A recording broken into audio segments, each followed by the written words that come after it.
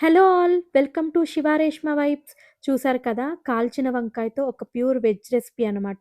రుచి మాత్రం చాలా అద్భుతంగా ఉంటుంది.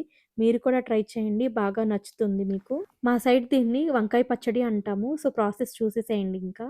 ఈ రెసిపీని మనం గుత్తి వంకాయలుంటాయి కదా! చిన్నవి వాటిలతో అయినా చేసుకోవచ్చు. మా అత్తయ్య వాళ్ళైతే ఎక్కువగా అదే చేస్తారు. నేనిక్కడ హైదరాబాద్‌లో ఇవి దొరుకుతాయి కదా! పెద్ద వంకాయలు. సో, వీటిలతో చేస్తున్నాను. చూసారు కదా! వంకాయ అంటే పురుగులుంటాయి కాబట్టి ఇలా మంచిగా కట్ చేసేసుకున్నాను నాలుగు వైపులా.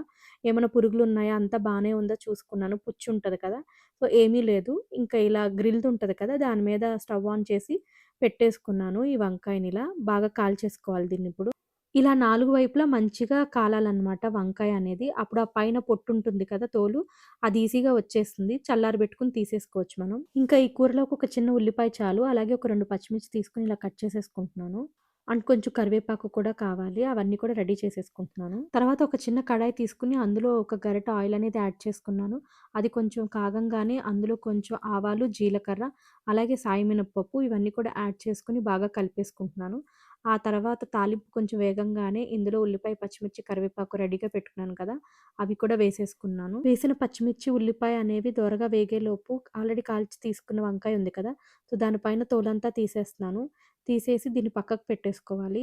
ఆ తర్వాత ఇందులోకి కొంచెం సాల్ట్, అలాగే కొంచెం పసుపు యాడ్ చేసుకోవాలి. వెంటనే ఒక ఫుల్ స్పూన్ కారం కూడా యాడ్ చేసుకోవాలి. పచ్చి కారం ఇది.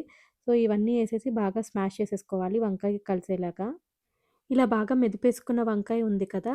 సో, ఇప్పుడు ఆనియన్, పచ్చిమిర్చి అనేవి ఇలా కొంచెం వేగాయి. మరి బ్రౌన్‌గా అవ్వనవసరం లేదు.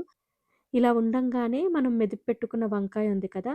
ఆ వంకాయ పేస్ట్ అనేది ఇందులో యాడ్ చేసేసుకొని బాగా కలిపేసుకోవాలి. ఇలా ఒక 2, 3 మినిట్స్‌కి వంకాయ పచ్చడి అనేది రెడీ అయిపోతుంది.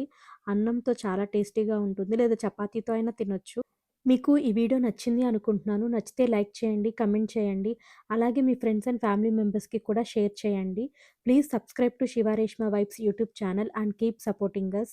చాలామంది చూస్తున్నారు కానీ లైక్, కమెంట్ అండ్ సబ్స్క్రైబ్ చేయట్లేదు.